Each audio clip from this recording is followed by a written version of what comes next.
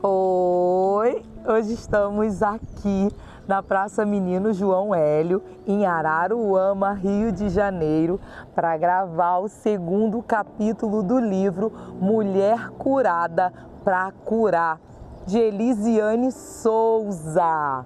No capítulo 1, falamos sobre o início do livro, sobre a história, o início da história de Elisiane. Agora nós vamos começar a nos aprofundar na vida dela e tudo que o Senhor fez e tem feito na vida da Elis. Vamos à leitura de hoje. No livro de 1 Reis, capítulo 20, vemos a história de Acabe, rei de Israel, derrotando os sírios. A história nos conta que, na primeira batalha, lutaram em montanhas. Portanto, os mensageiros do rei da Síria disseram que o Deus de Israel era um Deus de montanhas e por isso a batalha havia sido perdida. Então, desafiaram o rei de Israel para uma batalha nas planícies, nos vales. Passado um ano, o exército do rei da Síria foi pelejar contra Israel outra vez, em grande número. Mas o Deus de Israel não era um Deus de montanhas apenas. A palavra de Deus em Salmo 119 nos diz: até as próprias trevas não serão escuras. As trevas e a luz são a mesma coisa. Salmo 119, 12. Trevas e luz são a mesma coisa para o Deus de Israel, assim como montanhas e vales. Chegou um homem de Deus e falou ao rei de Israel e disse: assim diz o Senhor, porquanto os sírios disseram: o Senhor é Deus de montes e não dos vales. Toda esta grande multidão entregarei nas tuas mãos, e assim sabereis que eu sou o Senhor. 1 Reis 20, 28. Talvez você esteja se perguntando: onde quero chegar? Bem, eu já te contei parte da minha história. Contudo, antes de deixar Jesus ser o escritor, houve um passado doloroso. Gostaria de convidar você a partilhar desse sofrimento comigo. Não para remoê-lo, mas para te lembrar de que, assim como Deus esteve com Israel nas montanhas e vales, Ele também está conosco na alegria e no sofrer. Dito isso, vamos começar em minha adolescência, extremamente conturbada. Com apenas 11 anos de idade, fui sexualmente abusada. Isso, claro, me trouxe traumas até a vida adulta. Em 2023, o Brasil registrou o primeiro crime de estupro contra mulheres a cada 6 minutos. Segundo dados de 2024 da Unicef, Fundação das Nações Unidas para a Infância, no mundo inteiro, 1 em cada 8 meninas e mulheres vivas naquele período sofreram estupro ou abuso sexual antes dos 18 anos. Em 2019, uma pesquisa realizada pelo Instituto Patrícia Galvão e Instituto Locomotiva, com o apoio da Uber, revelou que das 1.081 mulheres entrevistadas, 97% foram vítimas de assédio em meios de transporte. Considerando essas estatísticas, infelizmente, acho seguro supor que algo parecido tenha acontecido com você ou com alguma mulher próxima. Lembro-me de que foram longos os dias em que eu pensava sobre os abusos que sofri sem entendê-los de fato, sem me enxergar como vítima. Suja, sim. Culpada, sim. Pecadora, sim. Impura, sim. Incompatível com o casamento, sim. Mas não vítima de uma violência terrível. Por isso, antes de seguir, eu gostaria da chance de liberar uma palavra de amor ao seu coração. Não foi culpa sua e não define quem você é e o que pode se tornar. Um homem capaz de tamanha maldade o faz porque é ruim, e isso independe de você. Eu poderia ter gritado, eu poderia ter contado para alguém, eu poderia ter denunciado, eu poderia ter lutado, eu poderia não ter ido àquela hora, eu poderia não ter me vestido daquela forma, eu poderia não estar em minha própria casa, debaixo do meu próprio teto, sozinha com aquele meu familiar, num lugar que pensei ser seguro. Veja bem, nenhuma circunstância, nenhuma providência tomada por você seria capaz de te livrar da maldade de quem cometeu tamanho pecado contra a sua vida. Acredite em mim quando digo, independentemente da situação, a culpa não foi sua. Não importa o lugar, hora, roupa que você vista, se gritou ou se permaneceu paralisada pelo medo. Tampouco importa o fato de você nem ter sentido medo por não ter compreensão do que estava acontecendo. Fato é, independente de qualquer coisa, a culpa não foi sua e Deus te ama. Não há condenação de Deus sobre você. Você ainda é amada, ainda é pura, ainda é digna de um casamento, de uma família, de um marido que a ame. Nunca tive alguém para me falar essas coisas enquanto o mundo desabava sobre mim e eu me afogava em culpa. Agora posso dar graças a Deus por ser essa pessoa para você. Tudo bem, já que estamos resolvidas, preciso continuar a minha história. Quando eu tinha 15 anos, eu me casei e tive meu filho, lindo e amado, Yuri. Apesar de todo o sofrimento relatado acima, ali estava eu, feliz, com uma família e um filho lindo. Na manhã do dia 15 de dezembro de 2003, no Rio de Janeiro, o dia estava lindo. Na cozinha de casa, enquanto eu lavava a louça, meu marido aprontava nosso filho para um passeio. Com o Yuri no colo, meu marido veio até mim e me beijou na testa antes de sair pela porta de casa. Continuei lavando a louça, ouvindo o barulho do portão abrir, mas sem prestar tanta atenção. Havia tanto a fazer.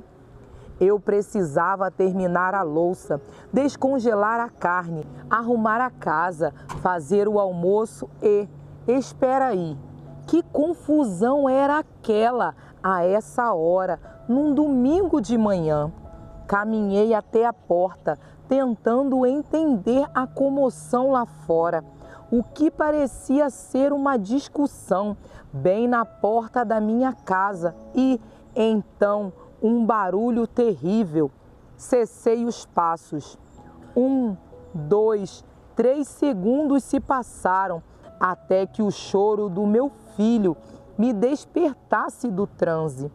Corri até o portão com o coração acelerado, as pernas trêmulas, certa de que algo muito ruim me esperava. A primeira coisa que vi foi meu filho chorando no portão, com os pés cheios de sangue.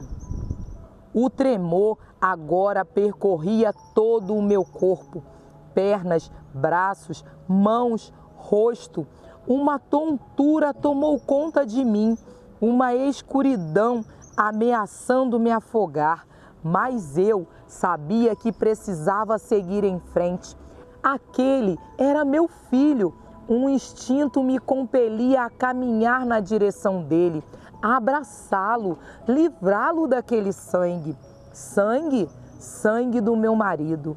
Quando o vi caído no chão, morto, não soube mais dizer se os gritos eram meus ou do meu filho.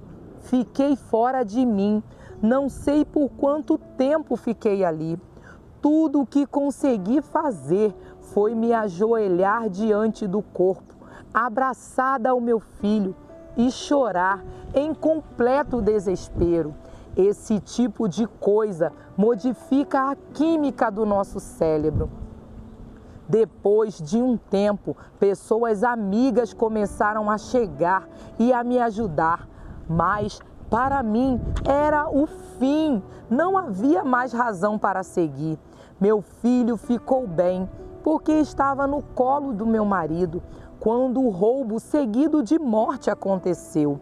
Depois disso, iniciou-se uma fase muito difícil em minha vida. Eu queria ir embora, ir para o Ceará, onde moravam os meus pais.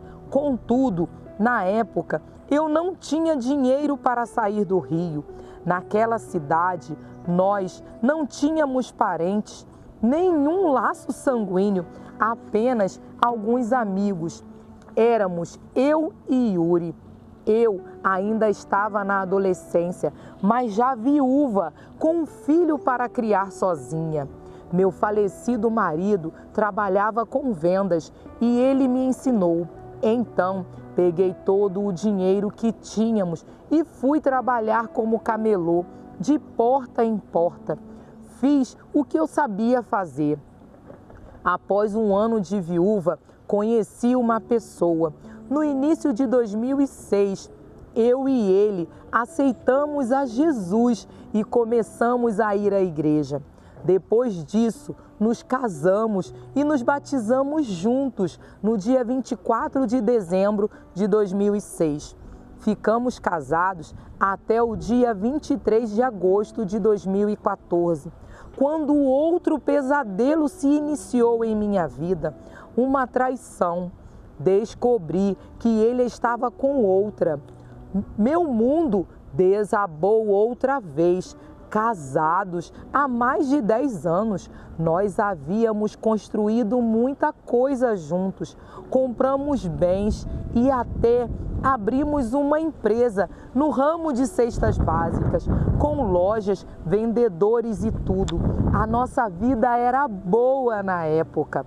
Mesmo assim, não pude aguentar aquele golpe. Depois de tanto sofrimento em uma vida ainda tão curta, não houve espaço para diálogo. Ele me feriu como nunca tinha sido ferida antes. A dor da traição é insuportável. Mais uma vez, me vi sozinha com o meu filho de 14 anos.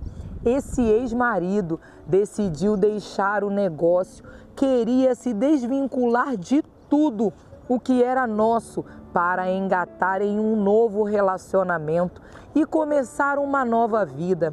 Não tinha o que fazer. Continuei ainda assim, mas não por muito tempo. Depois de ter sido abusada sexualmente, ter visto meu marido morto, trabalhado tanto e ter sido traída pelo segundo marido, minhas emoções estavam completamente descontroladas e entrei em um quadro de depressão que tornou ainda mais difícil manter os negócios na linha. Na época, 2014, a depressão era um tabu, ainda mais na igreja.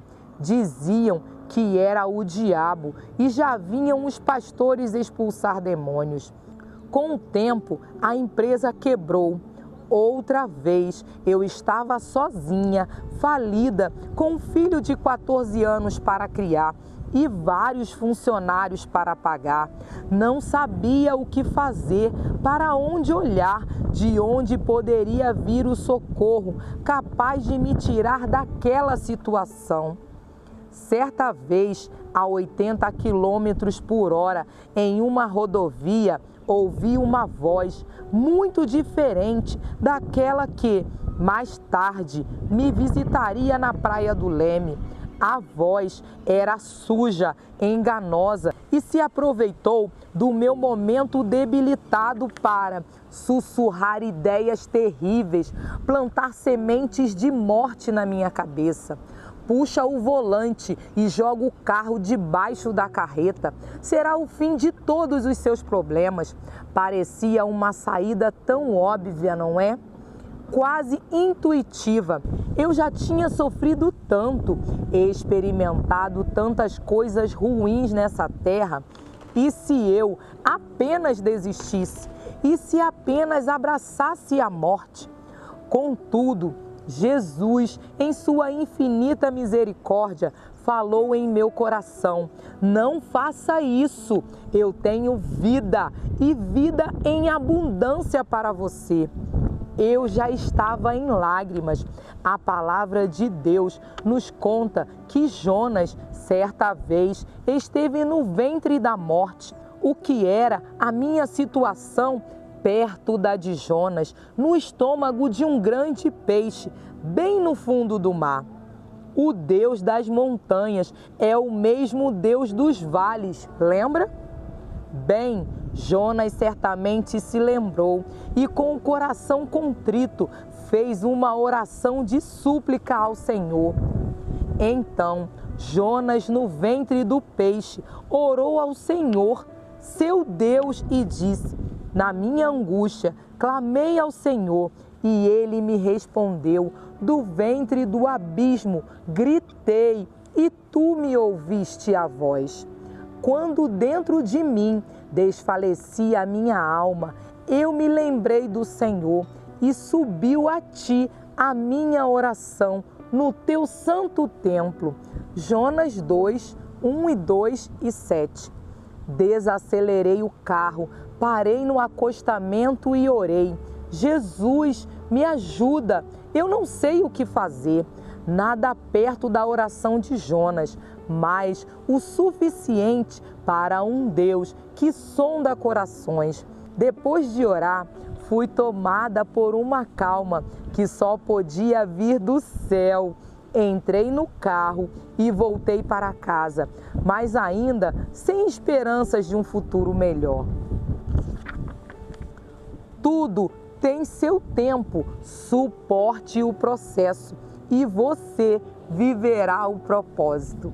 Paramos por aqui a leitura do capítulo 2, acabamos a leitura do capítulo 2, mas eu vou ler para vocês algumas anotações.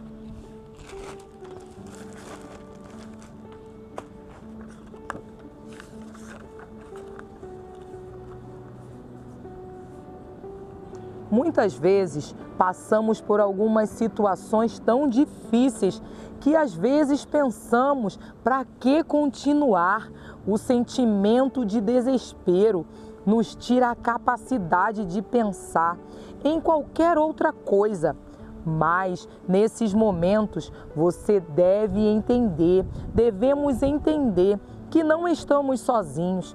Temos um Deus que não nos abandona. Em meio a gritos e desespero, o inimigo irá sussurrar palavras como: desista, você não vai conseguir. Mas nesses momentos você deve gritar mais alto: eu tenho um Pai e Ele me ama e Ele irá me ajudar. Se precisar, desacelere, mas não pare de clamar ao seu Pai. Por mais que esteja difícil a situação para você, por mais que você pense: não vou conseguir, estou morrendo, você tem um Pai. Clame a esse Pai, grite a Ele, Senhor, me ajude. Senhor, retira de mim essa dor, retira de mim essa angústia, retira de mim essa tristeza, porque Ele está te ouvindo. Ele nunca irá te abandonar, tá bom? Paramos por aqui a leitura. Se você quiser adquirir o livro, eu vou estar deixando lá novamente o número do telefone da Elis para você entrar em contato e adquirir a leitura, o livro, porque aí você pode levar para onde você for. Se você for viajar, for para uma praça bonita igual essa aqui, pode levar o livro e acompanhar a leitura junto comigo, tá bom? Eu vou orar para agradecer ao Senhor por mais um dia, que o Senhor abençoe a sua vida. Senhor, muito obrigada por esse dia, obrigada por essa leitura, obrigada, Senhor, pela vida da Elis, Pai, que passou por tantas coisas, mas o Senhor a sustentou e tem colocado ela de pé. Muito obrigada pela vida dela, obrigada por cada um que tem acompanhado essa leitura, obrigada por cada um que tem compartilhado essa leitura. Que o Senhor venha abençoar, Pai, a vida de cada um, suas famílias, continuar sustentando, Pai, os seus filhos. Obrigada pelo teu amor, pela minha vida e pela minha casa. Obrigada por todos aqueles que intercedem pela minha vida, para que eu continue, Pai, essa leitura. Obrigada por tudo, em nome de Jesus. Amém. Até o próximo dia de leitura, no capítulo 3. Tchau!